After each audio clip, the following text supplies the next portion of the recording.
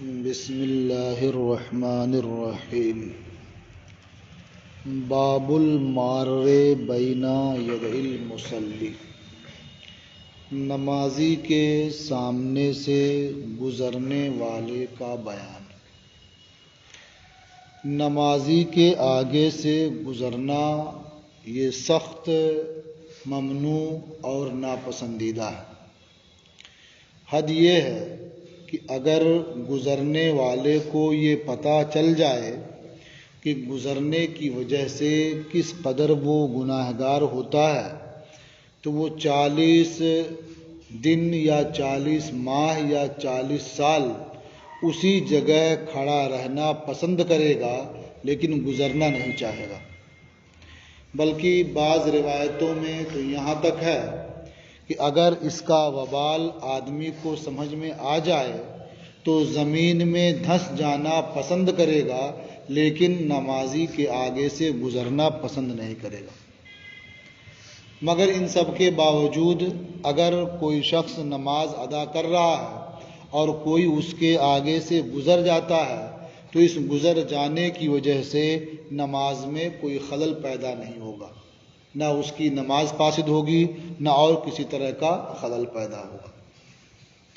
اس لیے اگر ممکن ہو تو آدمی گزرنے والے کو اس سے روکے، یعنی اشارے سے اسے روک دے۔ اگر رک جائے تو ٹھیک ہے، نہیں رکتا ہے تو کوئی بات نہیں، یہ نماز میں مصروف رہے۔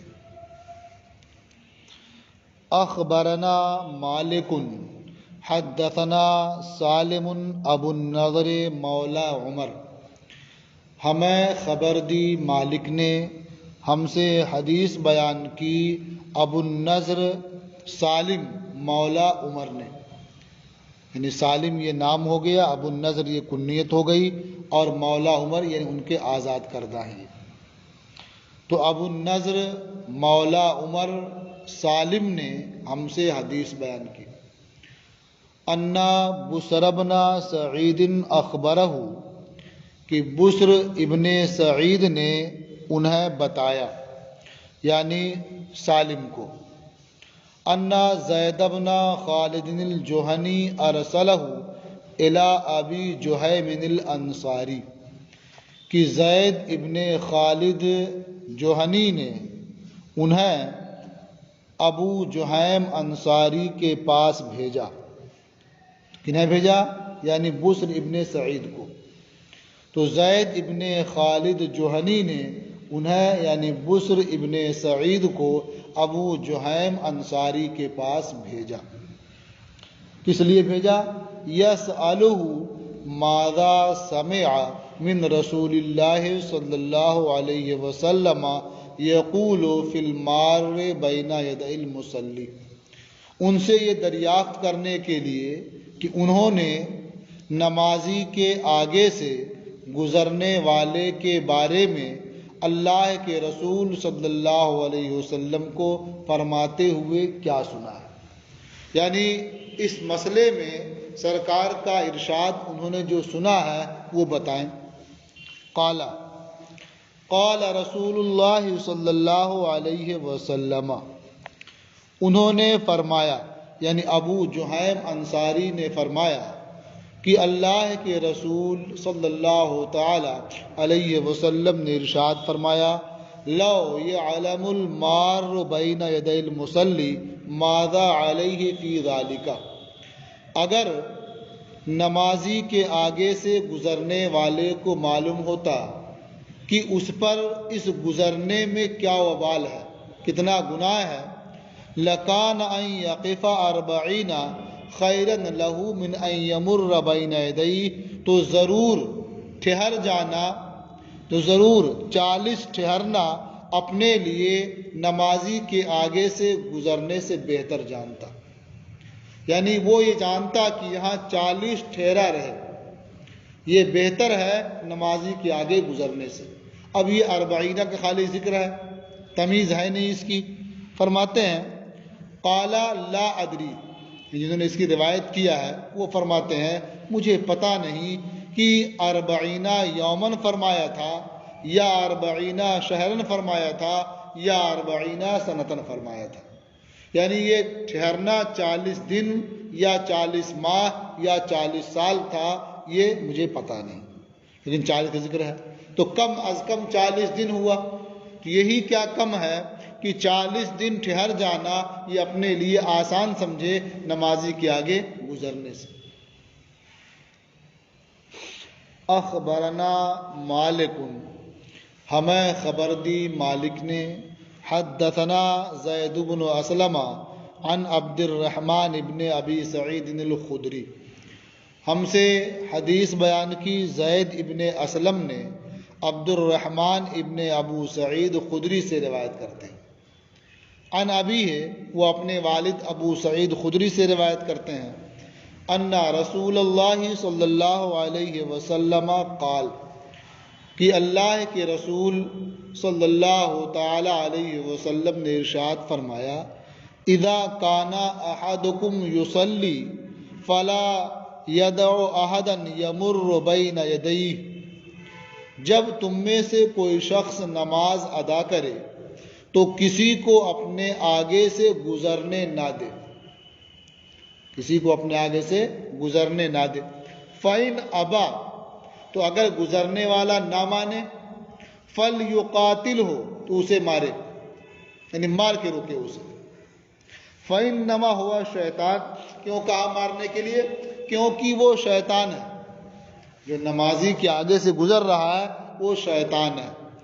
تو اس حدیث میں جو کہا گیا کہ اسے مارے، یہ بھی اس سے روکنے یا گزرنے میں جو وبال ہے اس کی سختی کو بتانا ہے، یعنی تحدید کے طور پر ہے یہ۔ اور جو یہ کہا گیا کہ وہ شیطان ہے، یا تو اس لیے کہا گیا کہ یہ گزرنا یہ شیطان کا کام ہے، تو شیطان کا کام کر رہا تو کہہ رہا ہے شیطان ہے، یا وہ جو گزر رہا ہے اس کے ساتھ شیطان ہے اس لیے وہ گزر رہا نمازی کے آگے سے، یا یہ کہ وہ خود شیطان الانس سے ہے۔ شیطان جو ہے انسانوں میں سے بھی ہوتے ہیں، جنات میں سے بھی ہوتے ہیں۔ سورہ ناس پڑھیے گا تو معلوم ہو جائے گا سب، ہے نا؟ یوسوسو فی صدور الناس من الجنۃ والناس، ان لوگوں کے دلوں میں وسوسہ ڈالتے ہیں، یہ کون ہے؟ کچھ تو جن سے ہیں اور کچھ انسانوں سے ہیں، لوگوں سے ہیں، ناس سے ہیں۔ تو جو کہا گیا کہ وہ شیطان ہے، یا تو واقعی وہ شیطان الانس ہے، یا یہ کہ اس کے ساتھ شیطان ہے، یا یہ کہ اس کا یہ عمل نمازی کے آگے سے گزرنا یہ شیطان والا عمل ہے۔ تو اس سے معلوم ہوا کہ نمازی کے آگے سے گزرنا یہ بہت سخت ہے، اور نماز پڑھنے والے کو چاہیے کہ جہاں تک ہو سکے اسے روکے، لیکن روکنے میں اسے مارے پیٹے کا نہیں، لڑائی جھگڑا نہیں کرے گا، آگے اس تعلق سے آ رہا صاف صاف۔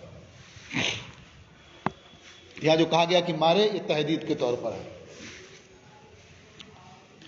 اخبرنا مالک حدثنا زید بن اسلم عن عطاء بن یسار عن کعب، ہمیں خبر دی مالک نے، ہم سے حدیث بیان کی زید ابن اسلم نے، عطاء ابن یسار سے روایت کرتے ہیں، وہ کعب سے روایت کرتے ہیں، انہو قال، انہوں نے فرمایا، لو کان یعلم المار بین یدی المصلی ماذا علیہ فی ذالک، اگر نمازی کے سامنے سے گزرنے والے کو پتہ ہو کہ اس پر اس گزرنے میں کتنا وبال ہے، کان ان یخسف بہ خیرا لہ، تو زمین میں دھسا دیا جانا اس کے نزدیک بہتر ہوتا، یعنی نمازی کے آگے سے گزرنے سے بہتر زمین میں دھسا دیا جانا ہوتا، یعنی وہ سمجھتا کہ میں زمین میں دھس جاؤں یہ بہتر ہے اس سے کہ میں اس کے آگے سے گزروں۔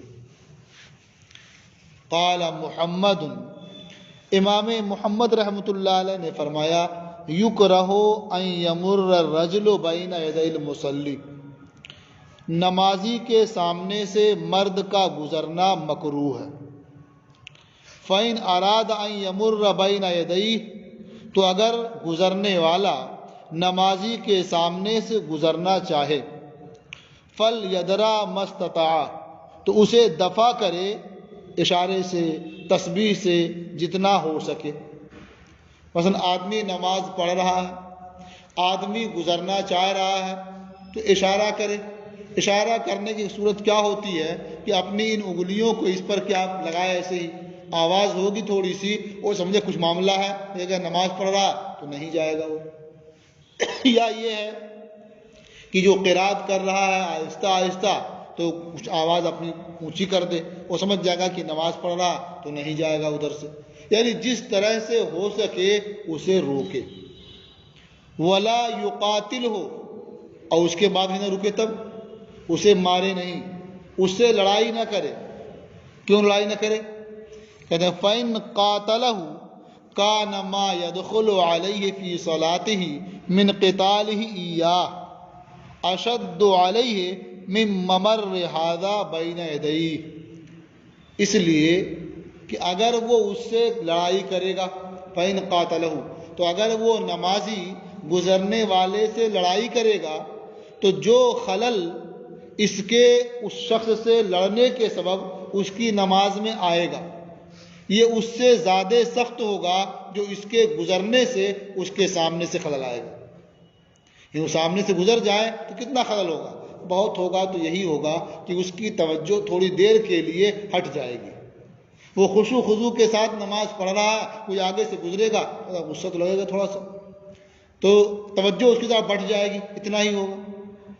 اور اگر وہ چھوڑ کر کے مارنے چلا جائے تو خلل کم ہوگا یا توجہ کا ہٹنا کم ہے؟ ضرورت مارنے جائے گا، توجہ بھی ہٹی، مار پیٹ بھی کیا، اٹھا پٹک کی نوبت بھی آ سکتی ہے، ہو سکتا ہے کہ وہی مار دے اس کو. تو گویا اس میں نماز بھی جا سکتی ہے اس کی، اس لیے وہ اس کی طرف دھیان نہ دے اور وہ نماز پڑھتا رہے. ولا نعلم احدا روا قتاله الا ما روي عن ابی سعید الخدری، اور ہم کسی کو نہیں جانتے جس نے لڑائی کی روایت کیا ہو سوائے اس کے جو ابو سعید خدری سے منقول ہے. وَلَيْسَتِ الْعَامَّةُ عَلَيْهَا، اور عام فقہا اس پر نہیں ہے، یعنی عام فقہا نے اسے اختیار نہیں کیا ہے کہ اگر وہ گزرنے والا نہ مانے تو مارے اسے اختیار نہیں کیا. وَلَكِنَّهَا عَلَى مَا وَصَفْتُ لَكَ، لیکن عام فقہا اسی پر ہیں جو میں نے آپ سے بیان کیا، یعنی جہاں تک ہو سکے تو وہ منع کرے، نہ مانے تو اپنا نماز پڑھتا رہے، وہ گزرے. وَهُوَ قَوْلُ أَبِي حَنِيفَةَ رَحِمَهُ اللَّهُ، اور یہ امام اعظم ابو حنیفہ رحمۃ اللہ علیہ کا قول ہے. اخبرنا مالک حدثنا الزہری عن سالم بن عبد اللہ عن ابن عمر، ہمیں خبر دی مالک نے، ہم سے حدیث بیان کی زہری نے، وہ سالم ابن عبداللہ سے روایت کرتے ہیں، وہ عبداللہ ابن عمر سے، انہو قال، کہ حضرت عبداللہ ابن عمر نے فرمایا، لا یقطع الصلاۃ شیء، کوئی چیز نماز کو قطع نہیں کرتی ہے، توڑتی نہیں ہے. یہاں کوئی چیز سے مراد کیا ہے؟ یعنی نمازی کا گزرنا یہ نماز کو قطع نہیں کرتا ہے، نماز اس سے نہیں ٹوٹتی ہے. یہ شیعون یہ بہت عام نہیں ہے کہ آدمی چاہے بات کرے، چاہے ہنسے، چاہے کہیں چلا جائے ٹہلنے، نماز نہیں ٹوٹے گی، یہ مراد نہیں ہے. مطلب یہ گزرنا یا اس سے متعلق جو ہے یہ کوئی چیز نماز کو نہیں توڑتی. قال محمد وبہ ناخذ، امام محمد رحمۃ اللہ علیہ نے فرمایا اور اسے ہم اختیار کرتے ہیں، یعنی لا یقطع الصلاۃ شیء من مار بین یدی المصلی، یعنی نمازی کے آگے سے گزرنے والے کا کوئی عمل نماز کو نہیں توڑتا ہے. یعنی وہ تیزی سے گزرے، آہستہ آہستہ گزرے، چلاتے چیختے گزرے، جیسے بھی گزرے، اس سے نماز فاسد نہیں ہوتی ہے. یہ اس کا اپنا عمل ہے اور نمازی کا اپنا عمل ہے. ہاں اگر یہ نماز چھوڑ کے اس کو مارنے دوڑے گا تو اس کی نماز فاسد ہوگی. وَهُوَ قَوْلُ أَبِي حَنِيفَةَ رَحِمَهُ اللَّهُ، اور یہ امام اعظم ابو حنیفہ رحمۃ اللہ علیہ کا قول ہے. یہ باب ختم ہوا. ایک دوسرا باب ہے ما یستحب من التطوع فی المسجد عند دخولہ، مسجد میں داخل ہونے کے وقت نفل نماز کا استحباب. آدمی مسجد میں داخل ہو اور وقت کراہت نہ ہو تو بہتر یہ ہے کہ وہ 2 رکعت نماز پڑھے. اسے تحیۃ المسجد بھی کہا جاتا ہے، یہ نفلی نماز ہوتی ہے. اخبرنا مالک حدثنا عامر بن عبد اللہ بن الزبیر عن عمرو بن سلیم الزرقی.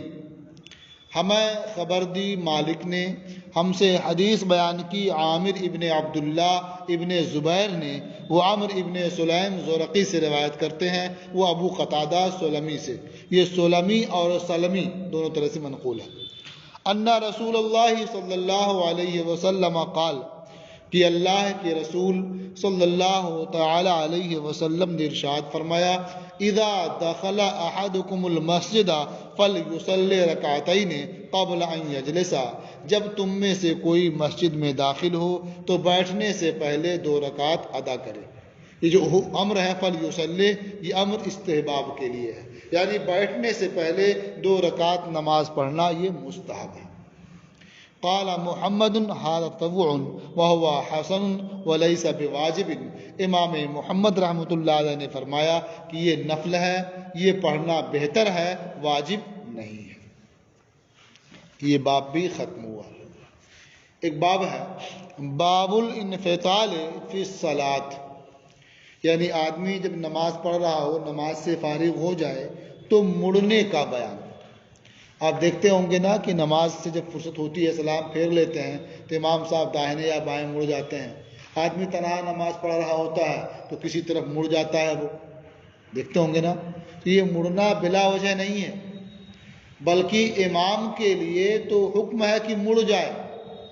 اس کا قبلہ رو بیٹھا رہنا یہ ناپسندیدہ ہے، اس لیے کہ امام صاحب چاہے بعد میں آئیں اور چاہے پہلے آئیں، لوگ انہیں جگہ دیتے ہیں، آگے بڑھا دیتے ہیں. کیوں آگے بڑھا دیتے ہیں؟ اس لیے کہ وہ امام صاحب ہیں. تو وہ آپ کے امام صاحب کب تک ہیں؟ جب تک نماز پڑھا، جب تک نہ. اور جب سلام پھیر دیا تو وہ تو امام صاحب رہے نہیں. تو اب انہوں نے لوگوں نے جو آگے بڑھا دیا تھا امام کی بنیاد پر، نہ اب امام رہے نہیں، تو انہیں چاہیے کہ اب نمازیوں کی جانب اپنی پیٹھ نہ کریں. اس لیے کسی کی طرف پیٹھ کرنا ایک طرح سے اس کی بے عزتی معلوم ہوتی ہے نا. ایک آدمی کھڑا ہو، ایک آدمی کھڑا ہو جائے، کیسا لگے گا؟ کبھی کوئی جھگڑا کر لیتے ہیں اسی بنیاد پر، ہوتا ہے کہ نہیں؟ تو جو عام جگہوں پر کوئی آگے آگے کھڑا ہو جاتا ہے تو بے عزتی معلوم ہوتی ہے، جھگڑا کر لیتے ہیں. تو خانہ خدا میں جو خاص جگہ ہے وہاں کھڑے ہو گئے آگے، خراب نہیں لگے گا؟ لیکن ان سب کے باوجود آگے کیوں کر دیتے ہیں؟ وہ امام صاحب ہیں. جب سلام پھیر لیے تو اب ان کو حق نہیں پہنچتا ہے کہ اب بھی ان کی طرف پیٹھ کیے رہیں، اس لیے کسی اور طرف پیٹھ کر لیں. اب آپ سوچتے ہوں گے کہ جو اگلی صف والے ہوتے ہیں وہ تو ویسے بیٹھے رہتے ہیں، تو انہیں بھی چاہیے کہ دائیں بائیں مڑ جائیں. ان کے لیے حکم نہیں ہے. کیوں؟ اس لیے کہ اگلی صف میں کون لوگ ہیں؟ جو پہلے آئے ہیں. تو جو پہلے آئے تو آگے رہے، اب جو بعد میں آئے پچھلی صف میں ہوئے، کیوں آپ کی توہین ہو رہی ہے بھائی؟ اگر آپ کو توہین یہ گوارا نہیں تھی، آپ پہلے آتے آگے بیٹھتے، کیوں آپ بعد میں آئے؟ اس لیے یہاں جو اب یہ پیچھے رہ رہے پیٹھ ان کی طرف ہے، یہ ان کے اپنے عمل کی بنیاد پر ہے. یہ دیر میں کیوں آئے؟ اس لیے مقتدی تو بیٹھے رہے قبلہ رو، کوئی بات نہیں، لیکن امام صاحب وہ قبلہ رو نہ بیٹھا، وہ دائیں بائیں کسی طرح اپنا چہرہ پھیر لیں. اب کس طرف چہرہ پھیریں؟ وہ ظاہر ہے داہنی طرف چہرہ پھیرتے ہیں، یہ بہتر ہے، اس لیے کہ داہنے کو تقدم حاصل ہے. لیکن اگر یہ دیکھیں کہ بائیں طرف کچھ معزز لوگ بیٹھے ہوئے ہیں، بہتر لوگ ہیں، اشرف لوگ ہیں، تو چاہیے کہ ان کی تعظیم میں وہ بائیں طرف مڑ جائیں. تو گویا امام کو اس بات کا اختیار ہے کہ سلام پھیرنے کے بعد چاہے داہنی طرف مڑ جائے اور چاہے بائیں طرف مڑ جائے. اب یہ اس کے اوپر اگر دیکھے کہ ادھر زیادہ بہتر لوگ ہیں، معزز لوگ ہیں، ادھر مڑ جائے، دیکھیے داہنی طرف معزز لوگ ہیں، ادھر مڑ جائے. دونوں طرف برابر ہے تو جدھر چاہے مڑ جائے، دائیں طرف مڑ جائے، بہتر ہے کہ وہ دایاں ہے. کسی ایک طرف مڑنے کو اپنی عادت نہ بنائے تاکہ لوگ یہ نہ سمجھیں ادھر ہی مڑنا روا ہے، ادھر مڑنا روا نہیں ہے. تو یہ باب جو ہے اسی سے متعلق ہے. نماز میں یعنی نماز سے فارغ ہونے کے فوراً بعد، تو فی لا دیا اس کے لیے اسی بات کو بیان کرنے کے لیے کہ بہت بات کا ذکر نہیں ہے، یہ فوراً بعد مڑنے کا ذکر ہے. تو نماز میں سلام پھیرنے کے بعد مڑنے کا باب.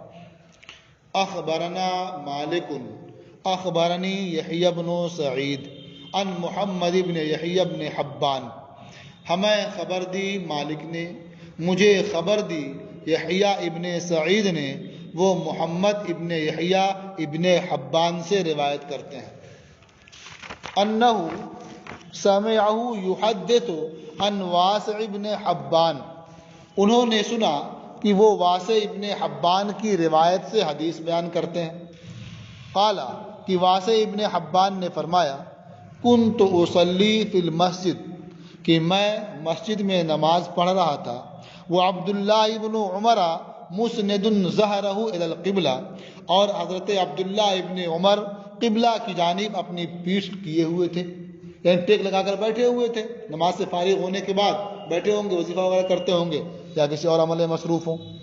فلما قضیت صلاتی، تو جب میں نے اپنی نماز پوری کر لی، انصرف